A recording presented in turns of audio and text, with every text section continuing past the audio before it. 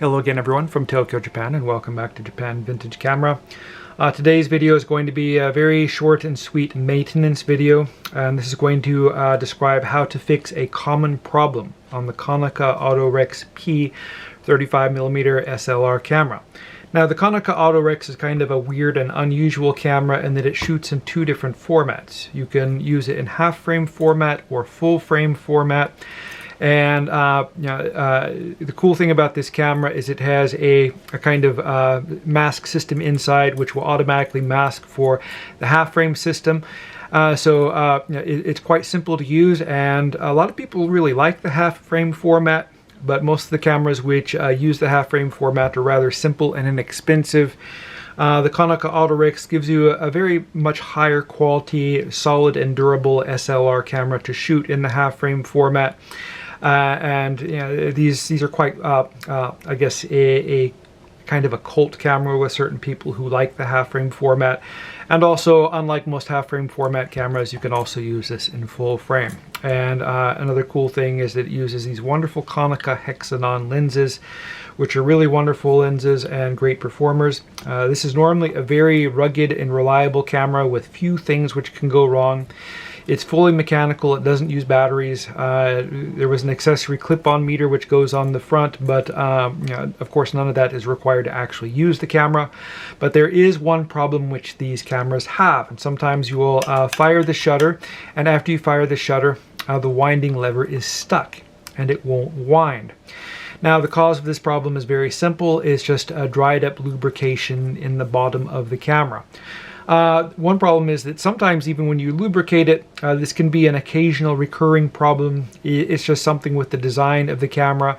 But fortunately, it's something which is very simple and easy to fix. And you can do it without exposing the film in the camera or anything else. And it only requires one tool. That's a simple, small slotted screwdriver. Another thing which you need is some oil, like this here. This is I use a kind of a heavyweight oil. And I use the heavier oil in the bottom of the camera, where the mechanism is quite made up of large parts and heavy springs compared to some of the smaller parts in other parts of the camera. You can use WD-40 in the bottom of the camera, but don't spray it in. What you do if you're going to use spray oil is spray it into a cap or a shot glass or something like that, and then you can apply the oil very precisely using a wooden toothpick or something like that. But never spray oil in the bottom of the camera, because it'll just go everywhere into places where you don't want it, and cause more trouble than the problem you were probably trying to fix. So what we need to do to start is remove these screws on the bottom here. There are 5 of them. Some cameras have 4. This particular one has 5. Go ahead and take them out. 3 of these screws are shorter screws, the ones on either edge and the front. The 2 which go around the tripod socket are a little bit deeper to add a little bit of strength to the bottom cover around the tripod socket. They're not that big enough that it makes any difference. You can put the screws on however you like on the bottom of the camera. Once the screws are out, simply lift the cover and wiggle it a little bit to get it off of the release catch here. And here we can see in the bottom of the camera. So if you open the camera and it's stuck, you're probably going to see that this part here is in this position. And what you simply need to do is just push it back so it comes out of that position. And more than likely, it's just going to start working freely after that. To prevent it from sticking again, we need to do a little bit of lubrication under here. So I'm going to take my oil in the syringe here, and I'm going to start in the location where it's pointed right now, and that's where the screw is which holds on this lever. That's usually where it's sticking. Add a little bit of oil there. There are a couple of tracks here which slide. You can kind of see how they move. I'll go ahead and put some oil in these places.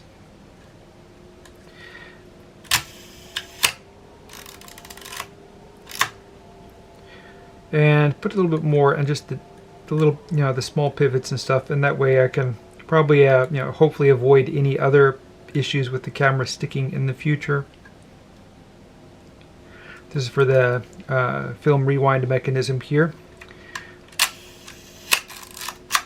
As you can see, the camera seems to be working fine. When you depress the shutter button, this lever should pop back out. That's what it's supposed to do, but as I said, sometimes it doesn't pop back out, and that's just because it needs a little bit of lubricant under here.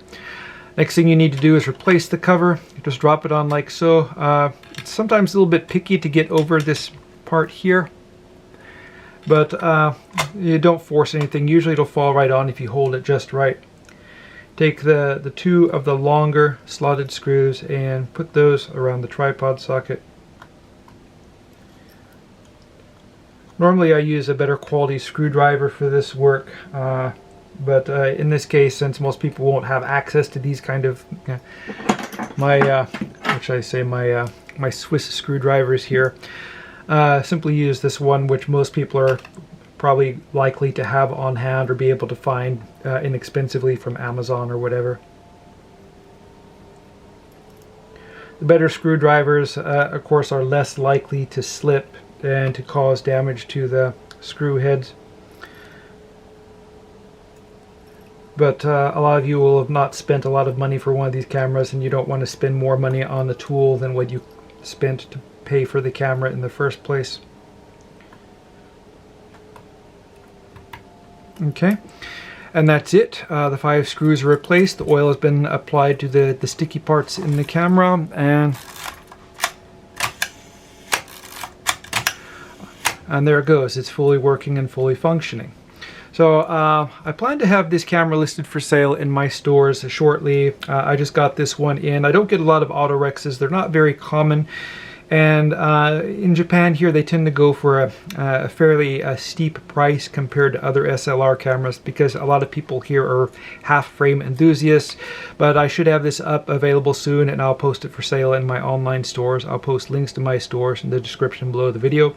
Now that I'm back working full-time and getting caught up, I should be posting more videos as I have time to do them. If you'd like to see these videos, please subscribe.